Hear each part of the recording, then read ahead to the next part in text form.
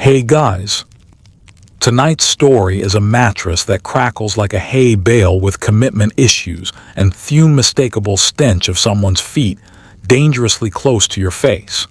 You're surrounded by strangers pressed together for body heat, but all you can think is how the Lord upstairs is sleeping on feathers while you're bargaining with frostbite. But before you get too cozy, take a second to gently tap that new hype button YouTube just added. It really does help little guys like me push through the algorithm. And take a second to like the video and subscribe, but only if you genuinely enjoy this strange little corner of quiet storytelling, and drop a comment with where you're listening from and what time it is for you. It's strangely comforting to know who else is drifting off with us around. The world, now get comfortable.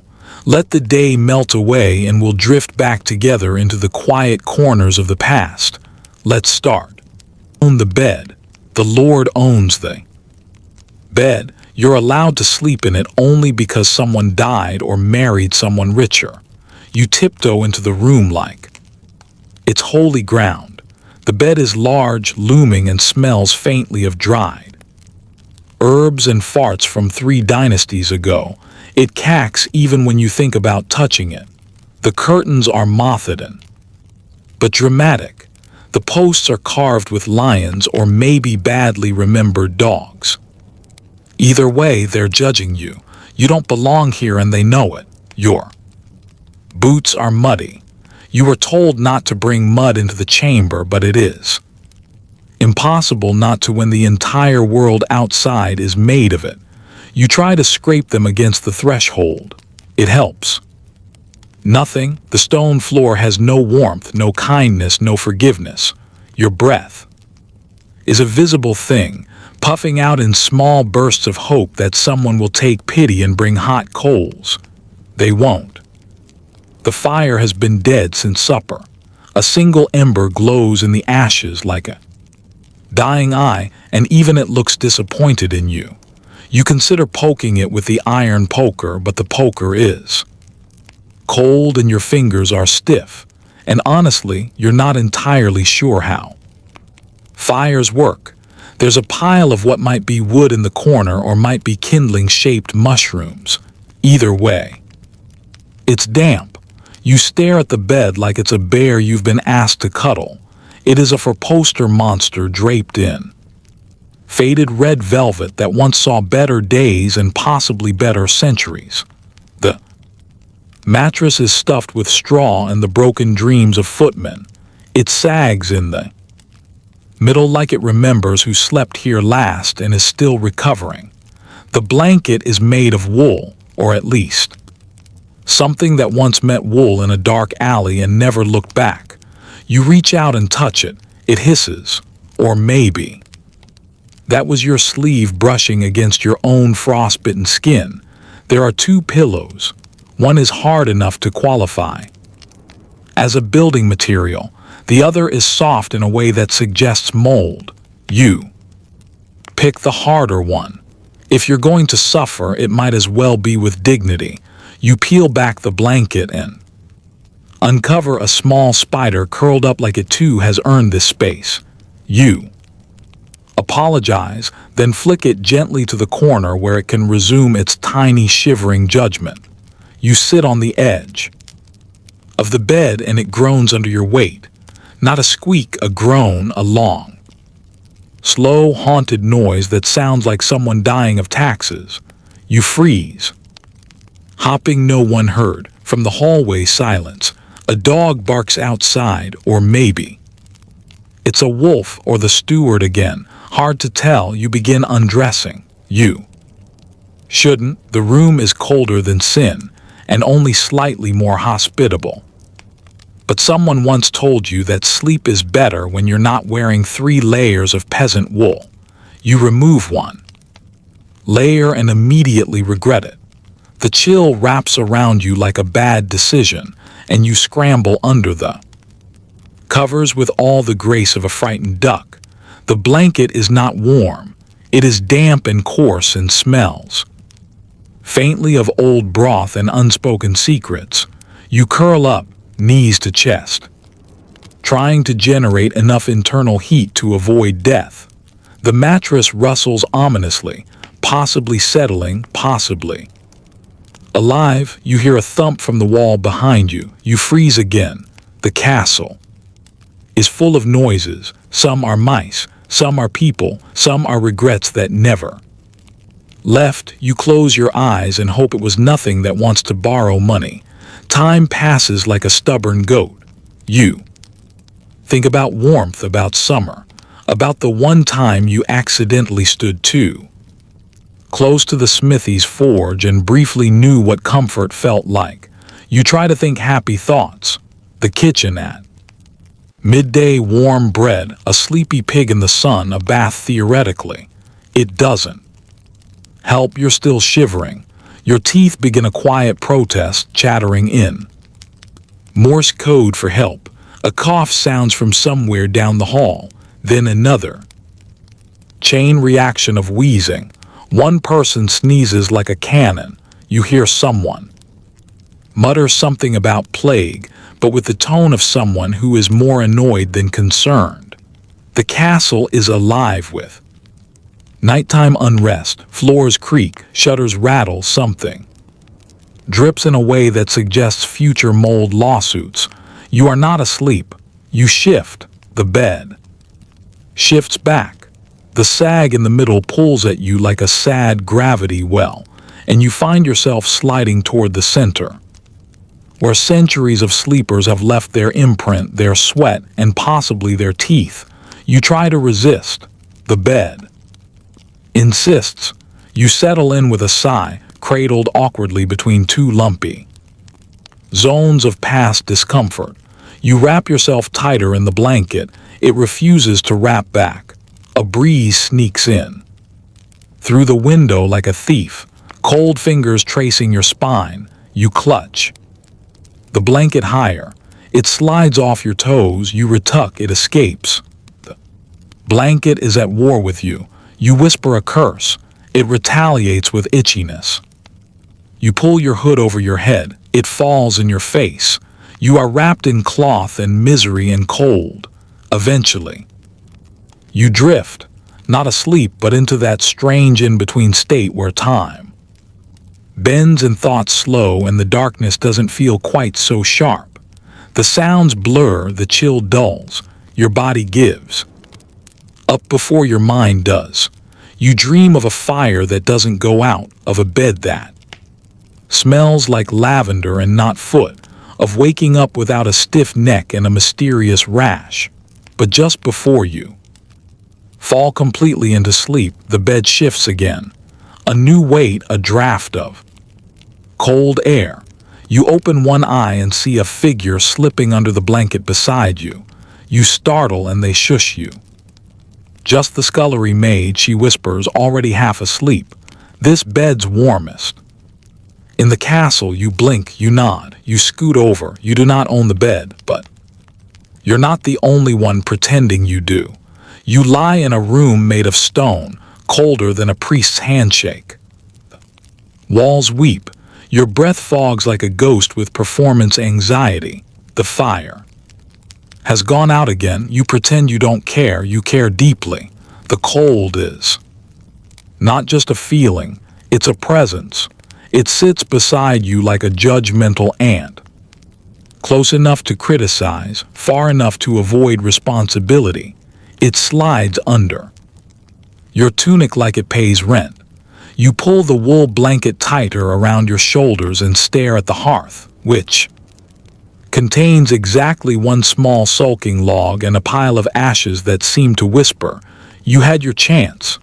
The room is not heated. It's not even trying. If it had once been heated, it has long since repented and returned to its natural state of penitential frost. The walls are thick and gray and old enough to remember plagues. They ooze dampness from somewhere deep in their bones. Water trickles down the inside of the window, not because of rain, but because the air inside the room is so sad it's crying. The window has no glass, just a wooden shutter that doesn't quite close, so the wind whistles cheerfully through the cracks, as if to say, I brought. Friends, you curl into yourself like a poorly folded tunic. Your fingers have stopped functioning like fingers and now operate more like decorative sticks. You try rubbing them together, then under your arms, then between your thighs, which earns you a suspicious look from a sleeping dog at the foot of the bed. You're not sure whose dog it is. It might be the Lord's. It might be the baker's. It might be cold hallucination. You name it Walter for comfort. There are tapestries on the wall, but they do nothing. They hang there like sullen nobles, all embroidered and useless. One depicts a battle, another a unicorn. Both look like they'd be warmer than you are. You consider taking one down and wrapping yourself in it. But last time someone did that, the steward made them scrub chamber pots for a fortnight and cursed their name during dinner. Still, you look at the unicorn tapestry with longing. Its horn gleams. It mocks you. Somewhere in the rafters something rustles. It could be a bird. It could be a ghost. It could be that rat you saw yesterday who walks like he pays taxes. You don't care. If it's warm, you'll invite it down for a cuddle and a quiet existential scream. You breathe into your hands, which is about as effective as asking the cold politely to leave. The cold stays, it thrives. You glance at the fireplace again. There is a poker, there are some twigs, there is the single log, which is probably pine, which means it will smoke more than it burns. You think about trying. You also think about the last time you tried when the smoke filled the room, and the matron screamed about bringing death to the curtains. The curtains were already mostly holes in regret, but you apologized anyway. The scullery boy laughed for days.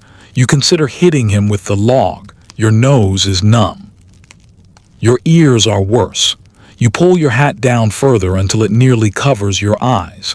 Now you can't see, but that's fine. There's nothing to see, just a bed that resents you, a hearth that's abandoned you, and walls that have probably considered homicide. Your toes are a mystery. You haven't felt them in hours. They may have left. You whisper their names just in case they can still hear you. The dog Walter sighs. He lifts his head, looks at you, and then shifts onto your blanket, effectively claiming the one warm spot left. You reach for it. He growls. You yield. The cold teaches you humility. Voices rise from the hallway. Someone has found the wine. Someone else is arguing about apples. There is laughter, sharp and high, the kind that comes from people who are not in your room. You imagine they are near a fire. You imagine they are not wearing 4 layers and contemplating the possibility of freezing mid-thought. You envy them so hard it makes your teeth ache. There is a bed warmer in the corner, an iron pan with a long handle, once used to hold coals and slide between the sheets to heat them. It has not been used in years. The handle is bent. The lid doesn't close. You once tried to use it and almost set your socks on fire. You've been warned not to touch it again. Still, you glance at it now like a forbidden lover. It winks at you, or maybe you're delirious. You get up. It takes effort. Your knees complain. Your joints sound like a blacksmith's workshop. You shuffle to the hearth and poke at the log. It sulks. Harder. You add a few twigs. Nothing. You breathe on the ember like you believe in miracles.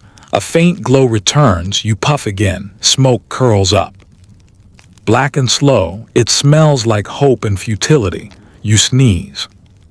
The ember dies. You return to the bed. Walter has taken your spot entirely. You nudge him. He ignores you. You lie beside him like a disappointed spoon. You tuck your hands under your thighs. You hum a little tune to yourself, something your grandmother sang while kneading dough. It does not make you warmer, but it distracts you from the way your breath is now fogging against your own hat. At some point, you drift into a half-sleep. In your dream, there's a roaring fire, a mug of hot broth, a blanket that covers your entire body at once. You are warm, you are fed, you are wearing socks made of cloud and glory. Then Walter sneezes on your face and you wake up gasping. The room is still not heated, but you're alive. Mostly probably. You curl tighter. Whisper a few words to the unicorn tapestry for luck, and try to sleep before the cold remembers how to bite.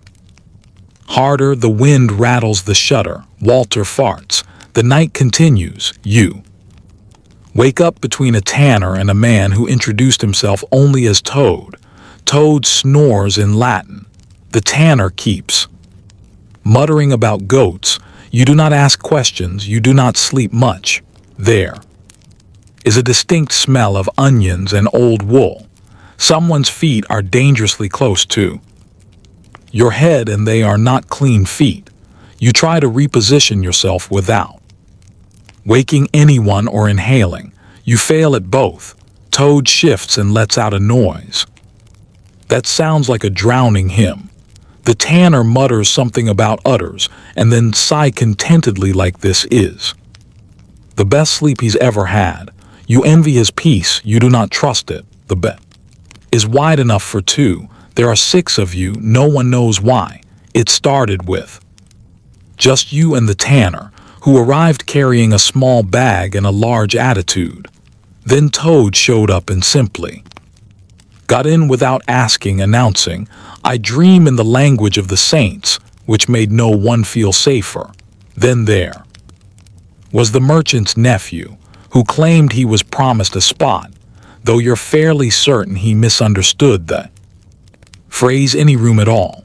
After that, a woman with elbows sharper than politics slid in at midnight and claimed the warmest part of the blanket like it owed her money. And finally, a silent man, wearing a hat indoors and no visible remorse, climbed in just before dawn, smelling faintly of beeswax and murder. You're fairly sure you're not supposed to be here either, so you don't protest. Sleeping in a shared bed is standard practice, people keep telling you. For warmth, they say. For community, they insist because there's nowhere else. They admit eventually you miss privacy.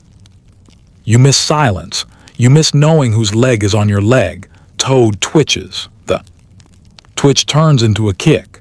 His foot lands squarely against your calf with the energy of a minor theological disagreement.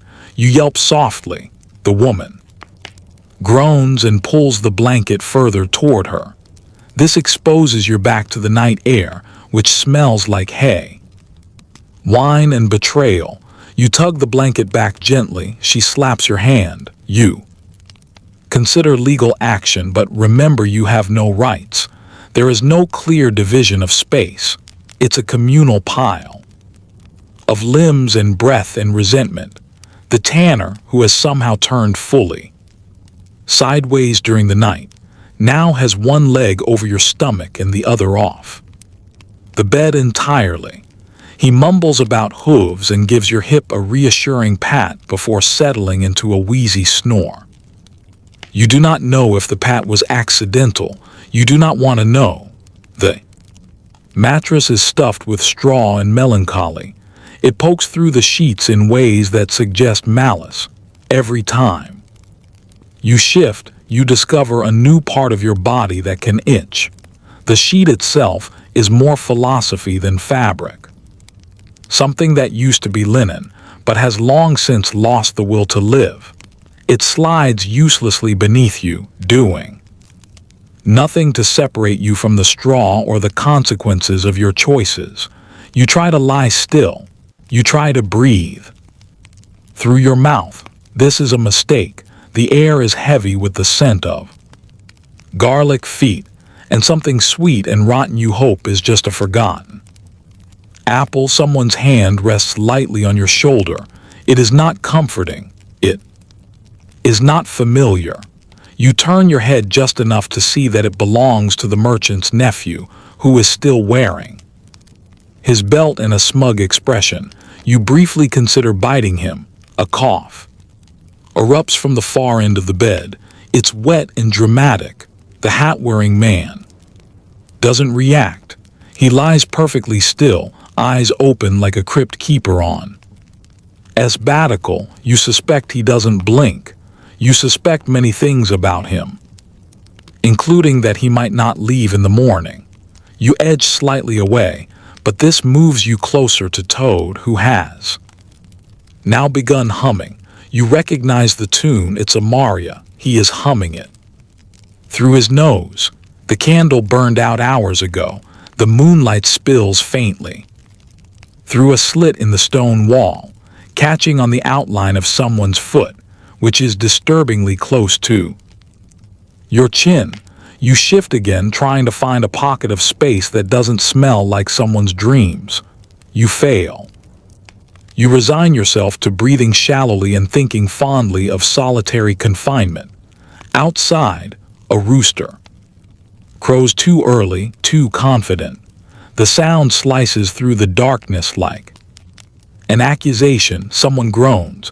The tanner swears softly. The woman mutters something about stabbing poultry. The bed stirs. Toad rolls over and lays an arm across your chest. You lie perfectly still and pretend to be dead. It seems easier. Eventually, the room begins to wake slowly, resentfully, like a bear who realizes it must socialize. The woman stretches and cracks every joint in her body. The merchant's nephew mumbles about a dream involving fish and inheritance. The tanner scratches himself in 3 different places and spits into a corner. Toad sits up and immediately starts recounting a vision he had in the night, something involving angels and a bread. No one listens. The hatman says nothing. He simply stands and leaves, the way fog leaves a field without explanation. You get up sore and lightly traumatized. Your tunic is twisted. Your dignity is scattered. Your hair is matted to one side, and your left arm has forgotten how to feel things. You shake it out. It makes a noise like regret. You glance around at your temporary bedmates. No one looks rested. Everyone looks like they've been gently trampled by emotionally unstable livestock. It's a kind of bonding, you suppose. You gather your blanket and what's left of your personal space and exit into the hallway, which is only marginally warmer but smells less like dreams and onions. You hear someone snore behind you. It might be Toad, it might be you. You're not entirely sure. You didn't leave your soul in that bed. You pat your chest just to check. You do not know these people. You did not choose them, but in the cold, in the stone belly of the castle, they are your heat, your noise, your nightly burden. You will lie among them again tonight. You will fight for the blanket. You will wake up sore and resentful and strangely grateful that you weren't alone. You share with strangers. You wish you didn't, but the bed is warm and the night is long. The blanket is a felted heap of wool, cat hair, and questionable ambition. It weighs more than most marriages and smells like someone boiled cheese in it last century. You cling to it like a knight to his last prayer.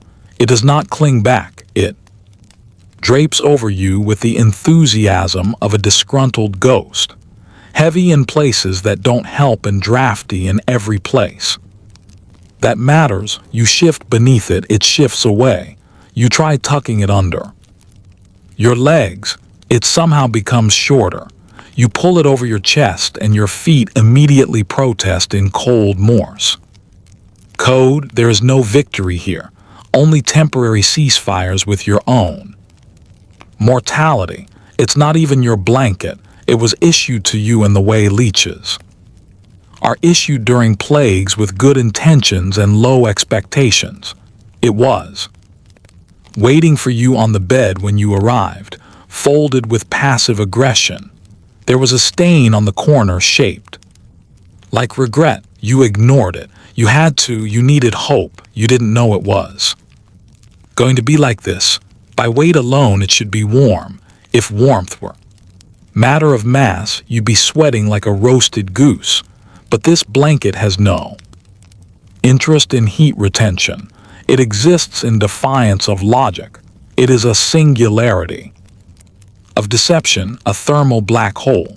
The air beneath it is colder than the air outside. You think about checking to see if someone cursed it. Then you remember the laundry boy whispering to it before he handed it over. You thought he was humming. You realize now he was warning it. You curl tighter, trying to make yourself small. This doesn't help. Your knees poke out. Your shoulders freeze. Your back sweats. The blanket's inner climate is unstable and cruel, like a badly governed kingdom. At one point it feels warm for seconds. You dare to hope. Then a breeze snakes through the fabric like a petty rumor and chills your spine from neck to butt. You whimper. It laughs. You can hear it. The blanket has opinions. Your bedmates stir. Toad mutters something about beetles. The tanner releases a slow, painful snore. The woman elbows you in the ribs, not out of malice, but because her dream involves rowing a boat and you are apparently water. The blanket slides down again. You yank it back. It retaliates by bunching at your hip in a knot that feels legally binding. You lie, still crushed by itchy wool and the creeping sense that the blanket is winning. You wonder who made it, who sat at a loom and thought, yes, this will keep the peasants warm while also slowly destroying their will to live. You imagine a workshop full of itchy fabric and spiteful thread. You imagine a man named Oswin cackling as he weaves a strand of boar bristle through the weft. You hate Oswin. You've never met him. But you want to slap his loom and set fire to his yarn. You want to tell him that his blanket is a betrayal wrapped in lint. You try sleeping on your side. The blanket shifts and exposes your back. You roll to your back. Your feet stick out. You pull your knees up. The corner with the stain flops into your face. You taste centuries. You gag softly. The dog, Walter, watches from the foot of the bed with the calm judgment of one who has known better blankets and better people. Someone gets up to relieve themselves. You envy them their courage. The air beyond the blanket is arctic, sharp enough to shave with. But for a brief moment, as they exit their body, heat is released into the room like a blessing. You bask in it, then it's gone. You are alone again in a blanket that has never loved you. There's a hole in it near the top just big enough to mock you. Cold air funnels through like it knows the way. You try covering the hole with your hand. Your hand goes numb. You use your sleeve. It soaks up the damp and becomes colder. The hole wins. The blanket watches. At some point your body stops fighting. It doesn't get warm, but it forgets how to be angry. You accept the chill. You make peace with the prickle of the wool and the smell of old dairy. You start to dream something about fire or sun, or possibly just a particularly affectionate goat. But the blanket has one last betrayal in store. As you drift off, it slides slowly but deliberately toward the floor. You wake with your knees bare and your dignity frozen. You clutch at the blanket, wrestling it like a disobedient rug. It's twisted into the tanner. He won't let go. You yank. He grunts and rolls over, dragging half of it with him. You're left with a corner in a sense of injustice. You wrap the corner around your shoulder. It doesn't reach. You hiss through your teeth and Try to summon heat through rage. It does not work. Dawn comes slowly. Light creeps into the room like it's embarrassed to be here. You hear movement in the hallway. Chambermaids. Boots clinking pots. The castle is waking. You are not rested. You are not warm. You are one with the blanket, and the blanket has made you less. You rise, stiffly peeling the wool monstrosity off like a bad decision. It clings as if sensing its defeat. You shake it off and it slaps the floor with a thud that echoes. You swear it huffs at you. You don't look back. The blanket is made of lies, but you know the truth now. And tonight you plan to steal Walter's. You do not disrobe. Disrobing is for people with fireplaces and inheritances. You sleep in 2 tunics, a borrowed cloak, and a hat shaped like disappointment. You still shiver like a wet dog in a thunderstorm. The fabric layers bunch under your arms and ride up at your waist, but removing anything would feel like inviting death inside for tea. You shift beneath the blanket, which hates you, and adjust your left sock for the 7th time, trying to cover a patch of exposed ankle that the cold has claimed like disputed territory. You have not seen your own skin in days. You fear what it has become, probably brittle, possibly blue. The others in the bed have made similar choices. The tanner wears every item he owns, which includes a fur jerkin too. Shirts and something that might be a burlap sack. Toad has somehow acquired mittens. You do not know from where. You did not see them last night. You suspect theft or sorcery, or that he knitted them in his sleep. The woman sleeps wrapped in her own cloak, which she cinched tightly around her neck like a dramatic widow. She hasn't moved in hours. You check that she's breathing. She is, but only just. The merchant's nephew is sweating because he is overcommitted to warmth and is now regretting every layer. You hear him whisper, too much, like a fallen knight admitting defeat. You judge him a little, but only a little. Your clothes are stiff in places and suspiciously soft in others. The outer tunic smells faintly of beeswax and boiled cabbage, which is either from the laundry or just how wool decides to age. The borrowed cloak is technically your cousin's, though he doesn't know you borrowed it and probably never will, since you're fairly sure he moved to another village to escape taxes, marriage, or both. It is lined with sheepskin, which has mostly shed. When you tug it tighter, flakes of fluff drift into your mouth. You eat them without thinking. They are the most filling part of your night. The hat is your own invention. You made it from an old sack and part of a sleeve. It has a lopsided peak and droops over your right eye, giving you the look of a disillusioned garden gnome.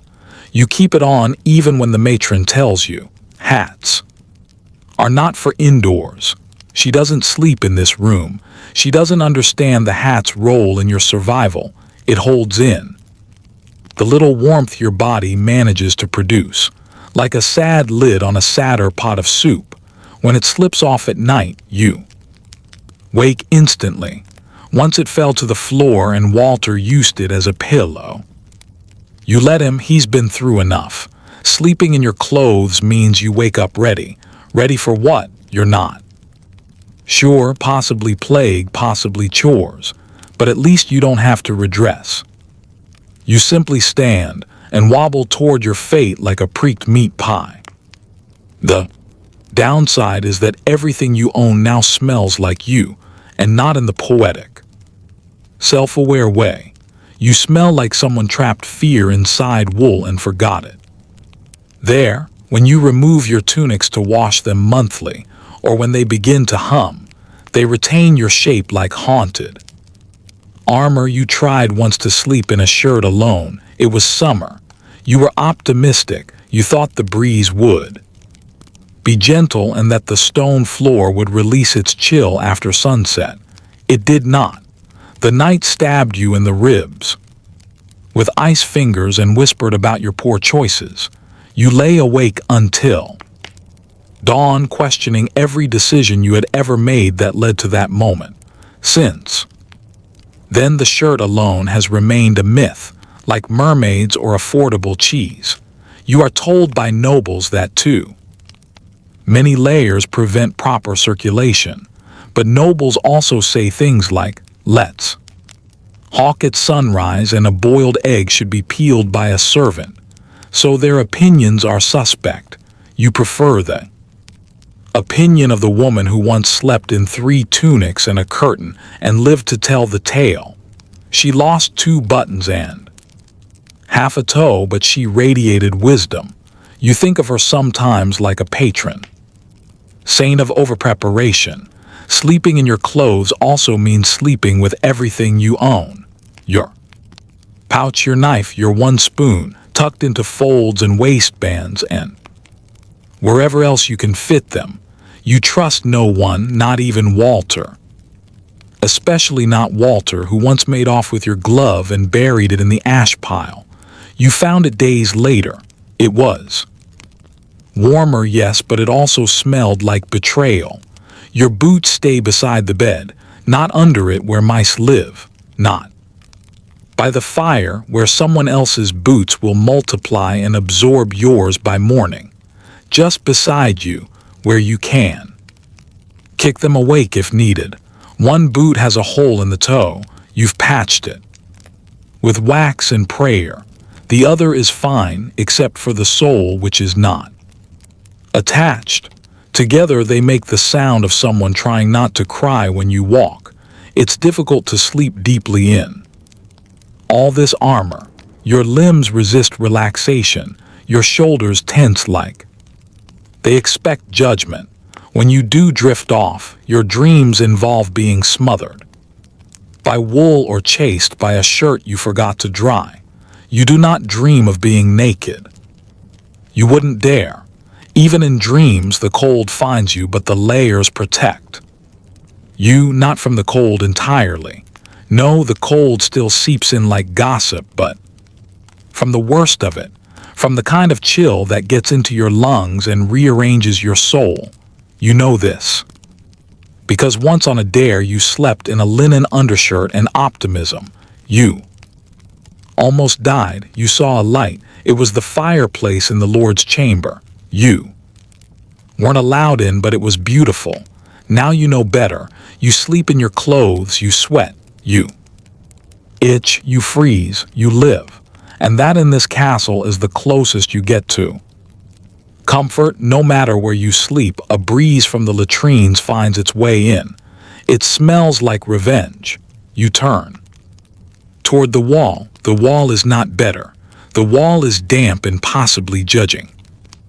You, moisture clings to the stones like regret. You press your forehead to it anyway because it's the only surface in the room not currently occupied by limbs or livestock. The wall accepts your suffering but offers nothing in return. It is the emotional equivalent of your aunt at feasts, cool, stony, and vaguely disappointed that you were born. The latrines are down the hall through a door that cacks like it has secrets and past the torch that never stays lit. You've never made the journey at night because you value your life and ankles. But their presence is constant. You've never seen them, but you know them intimately through smell. Their aroma is a regular participant in your dreams. It drifts in on invisible hooves, lingers in your hair, and settles in the folds of your bedding like a misdelivered curse. No matter how you position yourself, no matter how tightly you wrap your cloak or wedge your hat over your nose, the privy wind finds you. You are not alone in your suffering. Toad talks in his sleep and mumbles about the vapors the tanner once tried to mask. The stench with a dried clove tied to his upper lip, but it fell into his mouth and he almost choked. The woman near the fireplace has developed a technique. or she tucks her face into her sleeve and breathes deeply, like she's smelling a pie that exists only in memory. The merchant's nephew simply complains, which is his approach to most things. None of it works. The smell always wins. Sometimes it's faint, like a memory that wasn't yours. Other times it arrives with force, as though catapulted directly from the bowels of the castle. You suspect the wind is sentient. It knows when you are most vulnerable, drifting off, finally warm, dreaming of bread, and that is when it arrives. You are ripped from sleep by a scent so aggressive you nearly sit up. You clutch the blanket closer. The blanket does not protect you. It never has. The stone corridors that carry this aroma are long and indifferent. You've tried plugging the cracks with straw, wool, even your spare tunic, but the wind merely laughs and roots. You once asked the steward why the latrines were positioned upwind of the sleeping quarters, and he just said, "It's downhill." Like that was an answer. You believe he knows the truth and simply doesn't want to speak it aloud. There are architectural decisions in this castle made by men who no longer walk among the living, and you suspect this is one of them. It feels like a prank that lasted centuries too long. You learn to recognize the phases. There is the early whiff, subtle, barely there, a gentle reminder that dignity is not part of your life anymore. Then the wave, thick and sour with top notes of boiled leek and disappointment. And finally the cling, where it settles on your pillow and refuses to leave. You sometimes punch your own bedding out of frustration. This achieves nothing but sore knuckles and louder snores from Toad. You contemplate moving your sleeping spot, perhaps to the hallway or outside where the air is cruel but honest. But every space in the castle is claimed. There is no such thing as a private corner. Every inch belongs to someone or something, or a family of weasels that no one wants to confront. You remain in your place. You breathe shallowly. You dream of soap, a concept you've heard of but never trusted. At one point the wind carries something worse.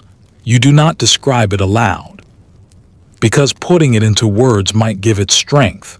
You simply look at the others and they look back at you, eyes wide and damp. The tanner whispers, "It's back."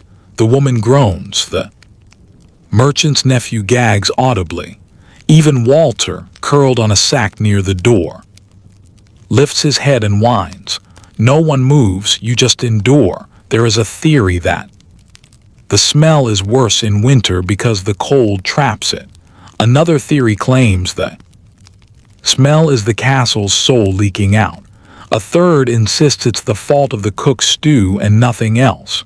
You believe all three are partially correct. You believe many things in the night that you cannot explain in daylight. Sometimes you hold your breath and count too. Sometimes you try to breathe only through your mouth, but then you taste it, which is worse. You once tried coating your upper lip with goose fat, hoping it would create a barrier. It did not. It only made your mustache slippery. The woman called you Butterface for a week. You have not forgiven her. You imagine life as a noble, sleeping in a tower chamber with scented rushes and a fire that stays lit. You picture their clean linens, their lavender bundles, their chamber pots discreetly emptied by someone else. You hate them, but also if they offered you a warm bench and a window that closes, you would weep openly and kiss their shoes. But this is your place. You lie on straw wrapped in wool, breathing the ghosts of digestion past. You are not special. No one is special here. You are all equally fragrant, equally tired, equally haunted. The wind dies down for a moment. You wonder if it's over. You let your guard down. That's when it comes back, stronger, colder, and with New mysteries, you curl into yourself. You question the choices that led to. This moment you accept them. The privy wind finds you, and it always will. You were promised firewood. You were not told it would be damp, smoked out, or already stolen by the steward's cousin. You stare at the fireplace like it personally betrayed you. It sits there, wide-mouthed and empty, a dark hole in the stone that might as well lead directly to the disappointment in your soul. Someone has arranged a handful of ash in a pile, as if the memory of warmth might warm you by osmosis. You poke it with a stick, the ash drifts into the air, lands in your eye, and you regret everything.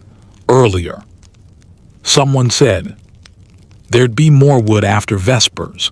Someone always says there will be more wood after Vespers. It's a phrase that means nothing and everything. Hope's last gasp before you put your second tunic on and accept your icy fate. You'd fetch the wood yourself if you knew where it was stored. But the steward has locked the shed and now pretends he's lost the key. He has not lost the key. You saw it on his belt next to his lucky onion. He just doesn't want you to use the wood for non-essential fires, which is how he describes not dying of frostbite. The last time someone lit a fire in the hearth, it lasted for minutes. It smoked like a curse and spat sparks at Toad's blanket. Toad did not notice. He thought it was a vision. The rest of you tried to huddle near the flames, but the chimney coughed and the fire died with a whimper, leaving only the smell of wet moss and defeat. Since then, the hearth has become decorative, a large, sad alcove where dreams go to nap.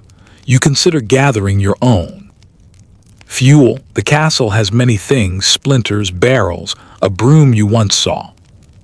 No one use. You tried burning straw once in desperation. It lasted seconds and produced more panic than heat. The matron said if you did it again, she'd move you to the stables. The stables have a fire. You do not mention this. You merely nod and apologize for trying to survive. The steward's cousin, a man with 3 teeth and a suspiciously warm demeanor, definitely took some wood. You saw him smuggling a bundle under his cloak last night. When you asked him if it was firewood, he said, "No, these are my ceremonial sticks." You didn't have the energy to argue. You've accepted that he lives a richer internal life than you. The firewood, when it appears, is always damp. It arrives with the promise of warmth and the certainty of smoke. You try to dry it near the hearth, but there is no fire to dry it with. It becomes a circle of failure. You stack the wood. You whisper to it. You try to will it into combustion. It looks back at you, unburnt and smug. The woman near the corner swears she once had dry wood. She tells the story every few nights like a bard recounting an epic tale. It begins with a trip to the woods, involves a hidden pile under a bush, and ends with, "And that's how I slept warm for 2 whole nights." You listen like a pilgrim at the feet of a saint. You nod reverently. You ask questions. You try to find the bush later, but all you find is a dead squirrel and a pair of boots missing their owner. Toad says you can burn dung. You say no. He says people do it in the East. You say people in the East probably have ventilation. He says he'll try it anyway. You sleep with your boots on that night in case you have to run. The idea of a roaring fire becomes something of a group hallucination. You describe it to each other in slow, hushed tones: crackling logs, radiant heat, the way it would light up the stones, make shadows dance, dry your socks in under an hour. You sigh in unison. Someone fakes a cough just to hear the sound echo against the hearth. You try lighting a twig out of boredom. It smokes, then dies. You pretend you Didn't care. You definitely did. The cloak you're wearing smells of smoke anyway from a fire you saw 2 villages over. You stood near it for a minute and soaked in the memory. You've been chasing that feeling ever since. Sometimes the steward brings in a log, just one. He places it in the middle of the room like an offering to gods you stop believing in. No one is allowed to burn it, it's for display, he calls. It's symbolic warmth. You call it fuel for a future riot. You consider nomming it and giving it a tiny scarf just to cope. You once wrote a poem about firewood. You do not share it. You are ashamed. It rhymed ember with remember and you were crying when you finished it. The poem now lives in your sock, folded in half. Occasionally reread in moments of extreme emotional collapse. It helps a little. The hearth continues to mock you. You've stared into its emptiness so long you've started imagining flames, flickering orange ghosts that almost seem real if you squint. You hold your hands out anyway, just in case. Nothing happens. Your fingers remain cold, stiff, resentful. At night you pull your blanket tight and try not to think of the fire you were promised, the one that was supposed to be waiting, the one you never got. You tuck your hands beneath your arms, you press your knees. Together, you try to make heat from friction, hope, and sheer audacity. You nearly succeed, but then the wind from the latrine slithers in and steals what little you've built. You glance again at the fireplace just once before sleep. It's still empty, still cold, still waiting for a fire that isn't coming. Your feet are the coldest part of you. You tuck them under a pigkin rug. The pigkin rug objects. It crinkles with ancient oils and stiff corners and smells like salted meat left too long in a saint's reliquary. You don't know what that means exactly, but your feet recoil. You curl your toes and try to pretend they're not part of your body. It doesn't work. They remain attached and outraged. The chill starts there at the toes, like it's scouting the landscape. It creeps up the soles, snakes around your ankles, and by the time you feel it bite your calves, it's already plotting a siege against your knees. You lie still, afraid that movement might encourage it, as if the cold is a predator that hunts by tremor. You breathe shallowly. You whisper apologies to your feet. They whisper back, but it's mostly profanity.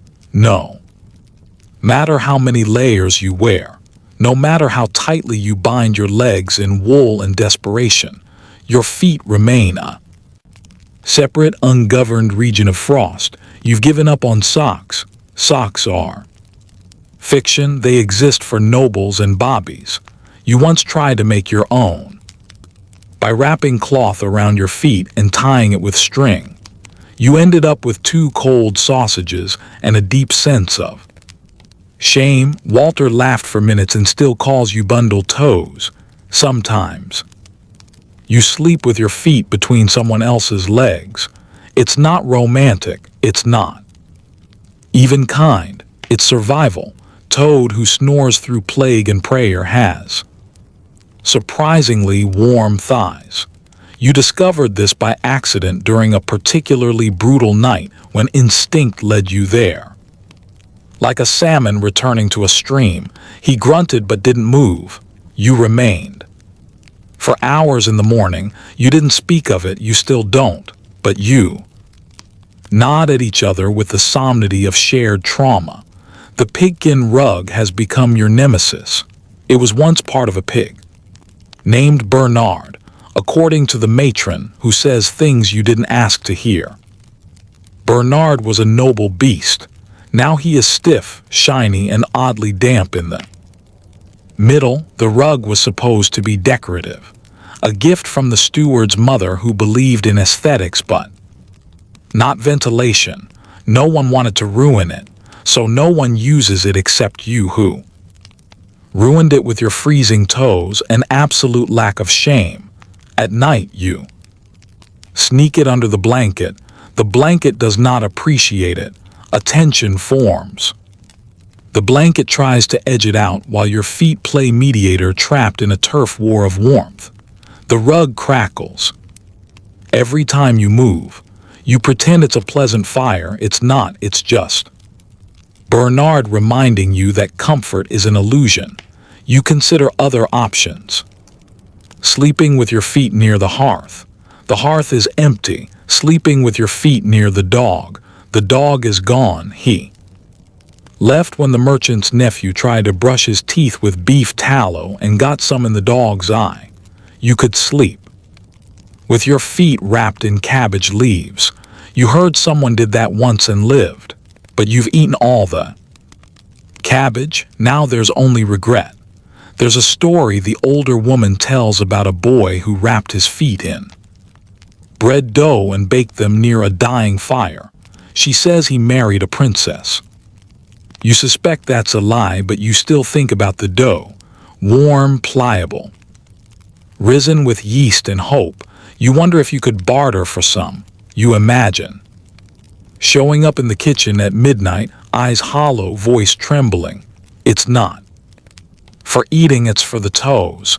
You would be beaten with a ladle. It might be worth it. You try friction, rubbing your feet together like sad, hairless crickets. You build no heat. You build frustration. The motion disturbs the tanner who moans something about goats and kicks you in the shin. You yelp. You clutch your leg. You envy the goats. You have never seen a cold goat. You try elevation, propping your feet on a sack of barley that someone swore was dry. It's not. It seeps through your cloak and chills you from a new angle. You remove your feet, apologize to the barley and accept your fate. The others have no better solutions. The merchant's nephew claims he no longer feels his feet at all, which he says is a sign of strength, but might actually be nerve damage. The woman by the wall has wrapped her feet in pages from a ruined prayer book. She says the words keep her warm. You think the warmth is mostly ink and blind faith. Walter wears shoes too. Bed, no one questions him. He has the look of a man who has seen too much. One night, in a moment of raw genius, you attempt to sleep sitting up.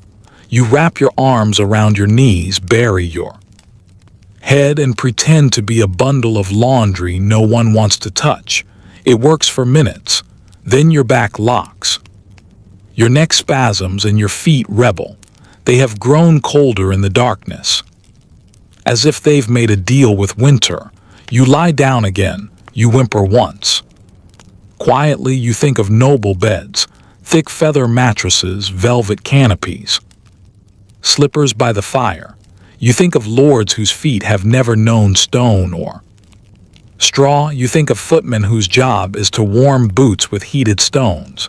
You think of firewood that isn't symbolic. You think of betrayal. Eventually, you stop trying. You let the cold claim your feet. You name your toes after saints and whisper farewells. You wrap your arms tighter and breathe in through your nose, which now matches your feet in color and utility. You drift towards sleep, twitching occasionally as one foot kicks in. Protest, you ignore it. You've both done what you could. In the morning, your feet will still be cold. They always are, but they're still there, probably. You've been moved to the servants' quarters. It's not really a room. It's more like a decision someone regretted. Halfway through making a hallway that gives up halfway along, too narrow to walk through with pride, too wide to feel secure. Someone, probably a steward, with a conscience and a drinking problem, declared it adequate and left it at that. You are not so much living in it as you are crouching within it, trying not to become part of the architecture. There's a beam overhead that droops in sympathy with your posture. You don't know if it's structural or just bored. The draft lives here, not visits, not drifts through, not knocks politely in. Leaves, it resides here. It has unpacked its belongings, set up a cot, and now roams freely from floor to ceiling like an invisible cat with boundary issues. It enters your sleeves without warning, snakes into your collar, curls up behind your knees like a jealous ghost. You try, blocking the gaps with your sackcloth pillow, which achieves nothing except making the pillow cold, too. The stones under your mat are clammy and sincere. You could bake regret on them. There are other people here, technically servants, like you or near enough.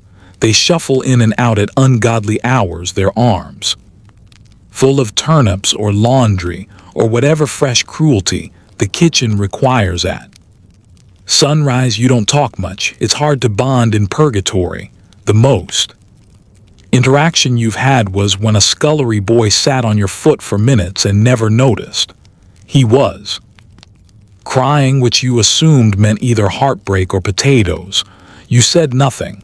You let him have the foot. It was cold. Anyway, the light in this corridor comes from a single torch that someone forgot to replace days ago.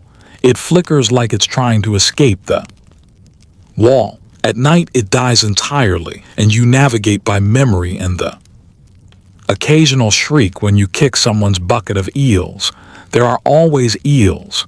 You've never seen anyone eat them. You suspect the eels are simply here now, like the draft, like you. No one chose this, it just happened. You whisper good night to a rat out of courtesy. You've named it Henry. Henry is the only consistent presence here besides the mold. He's large, brazen, and has a limp that makes him look philosophical. Sometimes he brings friends. You nod at them. They nod back probably. You don't make eye contact. This is their home, really. You're just squatting in it. Your blanket no longer reaches your shoulders if you want it to cover your feet. You play a game every night called, Who Do I Hate More, My Neck or My Toes? The answer changes depending on the wind direction. You've tried lying diagonally. You've tried curling like a question mark. You've tried stuffing your head into your tunic like a terrified turtle. The result is always the same. You are uncomfortable, and the blanket smells faintly of brine and dishonesty. The wall beside you is leaking again. It doesn't leak water. It leaks feeling, dampness with intent, the kind that seeps into your dreams and whispers things like, you'll never be warm again. And your cousin was right about you. You press your back against it anyway, because it's either that or sleep next to the bucket. You tried the bucket once. You woke up damp and questioning your value as a person. You haven't made that mistake again. Someone snores 3 doors down, though you're not sure where the doors are. There are curtains in places where doors should be, and some of them lead to actual rooms. You assume the people behind them have firewood, or at least less wind. You fantasize about switching places with them just for one night. You'd leave a polite note. You'd make your cot smell neutral before leaving, but you know that's not how the castle works. You're in the hallway now. You're hallway people. The fleas here are different. They seem confused, as if they've migrated from warmer hosts and now regret everything. They leap without enthusiasm. You watch one jump onto your sleeve, pause, and leap right back off again. You feel a sense of kinship. You two have made bad choices. In the early hours of the morning, when the world is silent except for distant coughing and the occasional clatter of a chamber pot lid, you imagine what it might be like to sleep in a bed with corners, a bed not shaped like guilt and fatigue, a bed with a mattress made of something other than oat husks and betrayal. You imagine a room with a door, a latch, maybe even a hook for your cloak. You allow yourself to dream briefly of warmth. Then someone slams a cupboard, and you jolt back into your reality. A hallway with a heartbeat and too many elbows. The air smells of onions, feet, and crushed ambition. The smell changes hourly. You've learned to identify. People buy it. The cook's assistant smells like boiled chicken and scorn. The matron smells like regret and rose water. You apparently smell like dust. With opinions, that's what the steward's cousin said anyway. You pretend not to. You care a lot. You almost wept into your porridge when he said it. You wonder how long you'll be here. They said just for a bit when they moved you. A temporary arrangement, they said, as if anything in the castle isn't temporary unless it's cold. You haven't seen the person you replaced. You suspect they either moved up in the world or were absorbed into the floorboards. Either way, they are free. You envy them. You lie back against your mat. You exhale. The air curls back into your nose, heavy with mildew and possibility. Henry scuttles past your ear. You do not flinch. This is your hallway now. You whisper good night to the torch stub. It does not answer. You sleep anyway in desperation. You stuff straw into your sleeves, boots, and dignity. It itches like guilt. The kind of guilt your grandmother used to assign with a glance and a sigh. You scratch without making it obvious, which means you move like you're haunted but trying to play it cool. The straw helps, but only in the way confession helps the soul marginally, and with lingering discomfort. Your arms are now misshapen. Your legs crinkle with every step, and your chest rustles when you breathe too deep. You tell people it's the sound of resilience. No one believes you, especially not Henry, who stares at you like you've become the world's least convincing scarecrow. You got the idea from a carpenter who hasn't spoken in years, but occasionally gestures with conviction. He shoved hay down his tunic one night, nodded at you like a prophet in a fever, and promptly fell asleep against a barrel of turnips. You thought, that man knows warmth, and followed suit. You now live in a personal ecosystem of agricultural stuffing, somewhere between scarecrow and sad mattress. You have lost feeling in your elbows, but your armpits are aggressively warm. The stuffing process itself is delicate, too little, and you're just itchy and cold. Too much and you become immobile like a wrapped joint of meat left near a fire that no one intends to cook. There's a point where insulation turns into entrapment. You discover this halfway through trying to reach for your water cup and realizing your arm no longer bends. You drink sideways now. No one comments, it's better that way. You also learn that not all straw is equal. Some is soft and pliable like a forgiving memory. Some is stiff and vindictive, like a tutor who never forgot you spilled ink on his robe. You have been unlucky. Your straw appears to have come from the pile labeled leftovers in spite. It pokes through your tunic like it's trying to escape you. It doesn't succeed. You are now more straw than human, a walking commentary on desperation. You bend over and creak. Someone in the corridor says you sound like a cursed pantry. You have stuffed it in your boots, and now your toes live in uneven pockets of crunch. One foot is marginally comfortable. The other feels like it's resting on a rolled-up apology. You try to even them out by shifting bits around, but straw doesn't redistribute. It clumps, it resists, and it judges. You accept it. You were never destined for balance. You walk with a limp now, but you call it an affectation of nobility. No one is fooled. especially not the steward's cousin who loudly asks if you've got rats in your socks. You don't respond. You're focused on not igniting because the real danger is fire. You are highly flammable now. The kind of flammable that makes people nervous when you sit too close to a candle. You caught a spark last night from someone's pipe, and the resulting panic could have qualified as entertainment if it hadn't involved your left sleeve and 3 gallons of slop water. You smell faintly of ashen onions. The tanner says it's an improvement. Sleeping is complicated. You don't lie down so much as collapse carefully. If you turn too quickly, the straw shifts and creates pressure points. Last night, you woke up with one knee 6 inches higher than the other, like your own leg was trying to stage an escape. Your back is developing strange new angles. You think one of your shoulders is now triangular.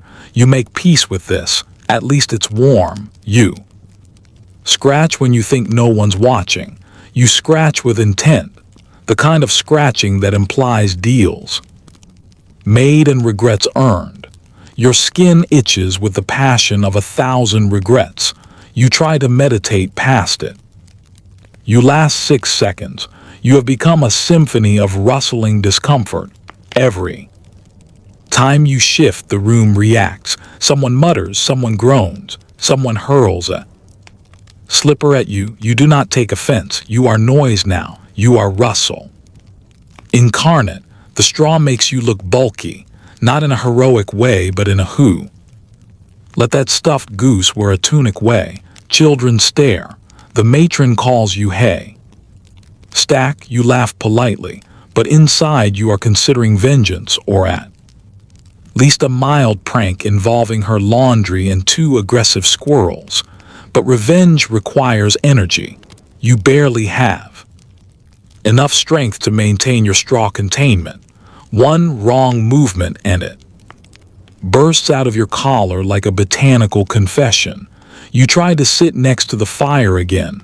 You forgot the rules. The steward nearly tackled you. He shouted something about flammable vagrants and not again. You weren't listening. You were staring at the logs. Real dry, honorable logs. You whisper to them sometimes. They don't answer, but you think they feel your yearning. The straw does not. It mocks you with every scratch. One night you dream you are a pillow. People rest on you. You are soft, needed warm. You wake up and realize you are none of those things. You are itchy, loud, and vaguely uneven. Henry is nesting near your ankle. You don't blame him. You are very nestable now. You offer no resistance. You just sigh and sink back into your personal compost heap. Eventually, you begin to forget what it felt like to be smooth, to be unpadded, uncrackling, unjudged by rodents. You are straw now. You accept this truth. You walk with purpose, even if every step sounds like autumn in pain. You speak less because you've realized words don't help you scratch your own back. You move slowly, deliberately, because speed is the enemy of insulation. You tell people it's the sound of resilience. You say it with your chin up, even if the straw pokes it. You say it because no one else will. Because in a castle built on drafts and damp, sometimes you have to choose between your dignity and not freezing too. Death, you chose straw and you stand by it. Mostly there is no true silence. Not in the castle, not in the hallway, not in your bones. You once believed in silence the way a child believes in dragons. Fervently, foolishly, and with full body commitment. Now you know better. Silence is a bedtime story for the wealthy. The kind of thing they tell themselves after polishing their goblets and extinguishing candles with silver lids down here in the bowels of the castle, where the air hangs heavy with mildew and missed opportunities. There is only the long, wheezing opera of people trying not to die inconveniently. Someone is always awake. They might not be moving or talking or even thinking with clarity, but they are awake in the same way a tree is still alive after being struck by lightning. There's the cook's apprentice who sleepwalks but insists he's praying. There's the old scullion who mutters confessions to long dead chickens. There's the boy in the corner who has hiccuped for days straight and no one knows why. You've considered diagnosing him with a demon, but frankly, it seems rude to interrupt. Everyone has their rituals. His just happens to involve mild rhythmic gasps. The coughing is relentless. It travels like gossip. One person coughs, then another joins in, and soon the hallway sounds like a symphony of lungs staging a mutiny. You don't know who started it. You don't know who will end it. You just lie there counting the seconds between barks, wondering if there is a prize for most persistent flea. You hope there is. You hope the winner gets a blanket that doesn't smell like goat panic. Then there are the prayers, short, sharp, whispered into the air like bribes. Some are muttered through gritted teeth, others sung with the sincerity of a child trying not to get in trouble. One man, possibly a monk, recites psalms with the cadence of someone being chased. He does this every night in Latin, though you're fairly sure half the words are made up. Last night, he accidentally summoned the name of a local pig. The pig showed up. The dog howls from somewhere outside. You've never seen it. No one has. It is the voice of the void, the echo of an ancient canine who disapproves of your life choices. Its howl is long, mournful, and oddly judgmental. It rises just when you think the world might be still, cuts through your flimsy straw armor and sets your teeth vibrating with ancestral shame. You howl back. Once in jest, the dog goes silent. You haven't tried again. Someone farts. They do not apologize. They do not shift. They simply exist in the audacity of what they've done. You hear the fart, then a pause, then a quiet amen. You assume it was the monk or possibly the pig again.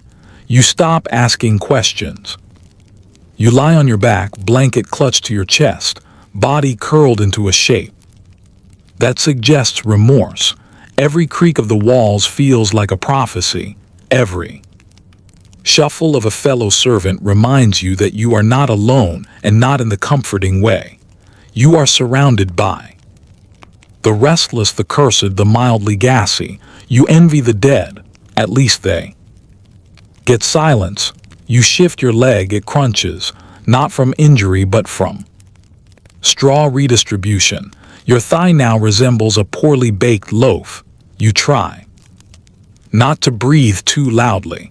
Someone once told you your breath sounds like a disappointed bellows. You think about that often. Sleep teases you. It hangs just out of reach like a plum dangling from a tree branch you'll never reach without a ladder or divine intervention.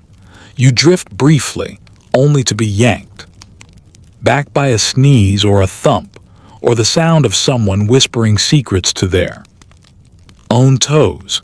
You try counting sheep, but they all run away by number 4, and one of them spits at you. You try praying, but the only words you remember are about vengeance and wine. The fire in the next room crackles, but it's not for you. It's for someone with a name embroidered on a tunic. You imagine their sleep is deep and unbothered. You imagine their bed is not shared with 6 half-conscious strangers and one extremely bold rat. You wonder what it would be like to wake up rested. You briefly believe in reincarnation. The girl next to you talks in her sleep. She debates the price of carrots. Last night she proposed to one. You hope it said yes. She seems lonely. You've learned to identify people by their night noises. There's the old washerwoman who hums sea shanties whenever she dreams. There's the stable boy who kicks like he's still chasing geese. There's someone who occasionally weeps and denies it with such speed that you suspect it might be you. You've stopped trying to unravel the soundscape. It's too layered, too surreal, like sharing a bed with 5 plays in a windstorm. At some point, you stop chasing silence.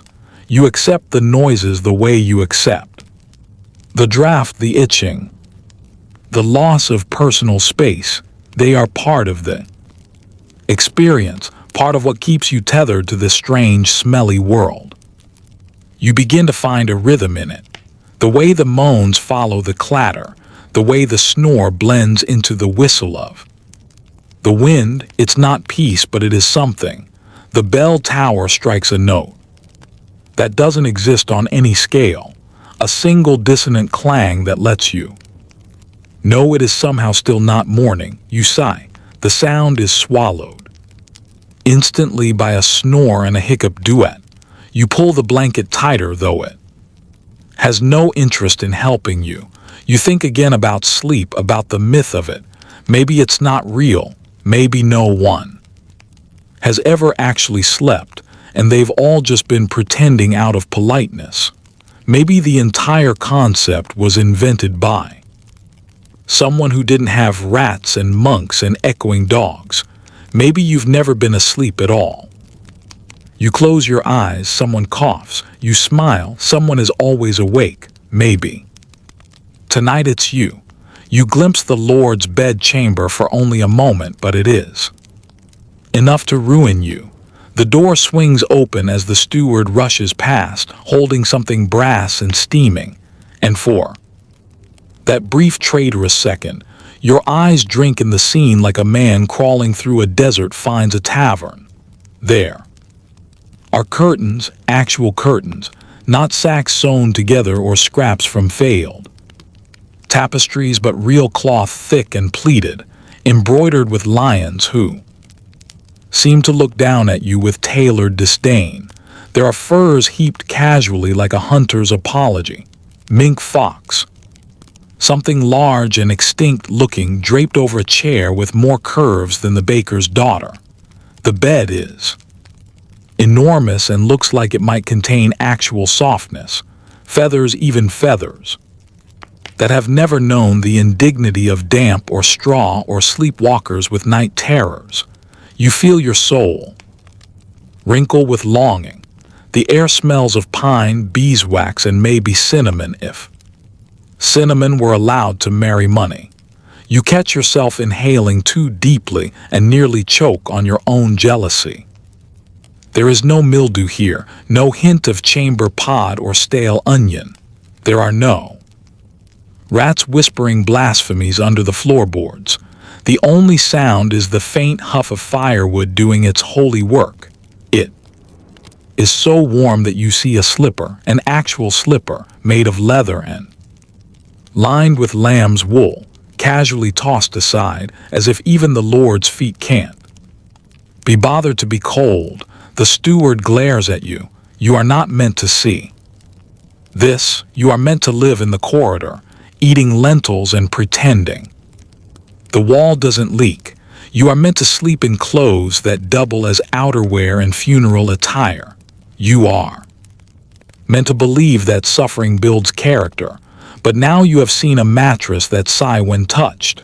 You have seen a fire that burns without smoking you out like a condemned witch. You have seen a life where bedtime does not involve bargaining with vermin and stuffing straw into your armpits. You close the door. It is heavier than your conscience. You mutter something unholy. A prayer, maybe a curse, probably something between a plea and an exhalation of betrayal. Your feet carry you away, but your heart lingers pinned to the fur throw like a martyr in itchy socks. The rest of the night is harder because of what you've seen. The hallway feels colder, the blanket scratchier, your own existence more like a dare from the universe. You stare at the stone ceiling, which drips occasionally just to remind you it's there. You think about the bed warmer and object you once thought was fictional, like honesty or clean fingernails. A little pan of coals slipped between sheets by someone who doesn't have to sleep in their own drafts. A vessel of heat designed solely to keep one man's toes from experiencing what your entire body has become. A tribute to frost. You picture the Lord sprawled across his feather bed like a satisfied cat, furs kicked off in a display of excess. You imagine he sleeps deeply, soundlessly, perhaps with one hand resting on a velvet pillow and the other on a goblet, just in case he wakes up thirsty for wine and dominance. You wonder if he dreams, and if so, whether his dreams are also warmer than yours. You hope he at least snores like a dying bagpipe. You try to summon noble thoughts.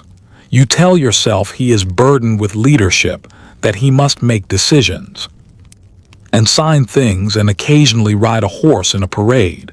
You try to feel compassion. It fails. All you can think about is how his chamber smells like forest and bees, while your section of the hallway smells like cabbage, betrayal, and foot history. In the morning, your back aches, not in the heroic way, but in the way that suggests your spine is filing a formal complaint. You sit up and bits of straw fall from your clothes like confetti thrown by an underpaid gesture. Henry greets you with his usual three-toed grin and a comment about how his sock froze to the wall again. You nod and smile, but inside you are changed. You have seen warmth. You have smelled privilege. You have glimpsed a world where people don't have to rewarm their own breath. The other servants talk about chores, about bread, about the latest goose incident. You say nothing. You are too busy remembering the feel of pine-scented air. You try to commit it to memory, but it already feels like a dream someone else had, one you overheard while pretending to sleep. Later that day, you're assigned to sweep near the Lord's quarters. You see the chamber door again. It mocks you with its polished hinges. Someone inside laughs, a low, effortless sound that has never known a cracked lip or a cold pillow. You sweep harder than necessary. Dust rises in protest. You contemplate setting the broom down and walking into the woods, becoming a legend or a hermit. Or both. You think about sleeping in a hollow tree and realize it might still be warmer than the servants' quarters. You know you'll never forget what you saw. The curtains, the fire, the bed that looked like a lie told by angels. It will haunt you. It will whisper to you. In the night between the snores and farts and ghost dog howls, you will wonder always what it would be like to sleep like that, to be wrapped in fur and dignity instead of straw, and the quiet hope you don't get frostbite on your nose. You saw it once. That's enough to ruin you, enough to make the cold feel personal. Your dreams are cold, not metaphorically cold, not chilly like a snub from a noble woman at Lent, but physically bone-deep cold. The kind of cold that breaks into your unconscious like a thief and rearranges all your thoughts until your brain can only conjure bleak frostbitten metaphors. You drift off to sleep thinking about soup and wake up having dreamed of licking icicles off the back of a mule. There's no warmth, not even in your fantasies. You try to imagine the sun, and your mind gives you a pale disk wrapped in clouds that apologizes for existing. You used to have dreams of spring, now you dream of not dying before morning. In tonight's installment of Subconscious Misery, you are riding a sleigh made of stale bread crusts across a moat that freezes beneath you as you move. The sleigh cacks because even your dreams have budget constraints. You are wearing 3 mismatched socks on your hands and a hat shaped like despair. Goose flies overhead and honks something judgmental. You cannot respond because your mouth is full of snow and regret. The wind sings lullabies in a dialect you don't understand but still feel insulted by. You try to steer the crust. Slay, but it dissolves beneath you and you plummet into a moat of something slushy and suspiciously onion-scented. You fight your way out, climb up the ice bank, and are immediately challenged to single combat by a snowman made entirely of debt. It has buttons made from old tax scrolls and eyes like coin purses that have never been full. It wields a sword made of unpaid tithes and the ghost of a canceled dowry. You duel with a broom. Your blows thud into his frosty torso with all the weight of a disappointed uncle. You lose obviously. He knocks your broom away and tells you that fiscal responsibility is for people with shoes. Then he melts because even dead in dreams has the decency to disappear eventually. You wake up with your face stuck to your pillow. This is not a poetic expression. You have drooled in your sleep and the drool has frozen solid, gluing you to the fabric. With the adhesive force of winter's cruelty, you tug, it does not budge. You try again, this time with a twist, and feel the slow tearing peel of your own skin separating from the linen like cheese from a cold plate. It is not the most painful thing that's ever happened to you, but it ranks. So that's all for today. Good night, sweet dreams.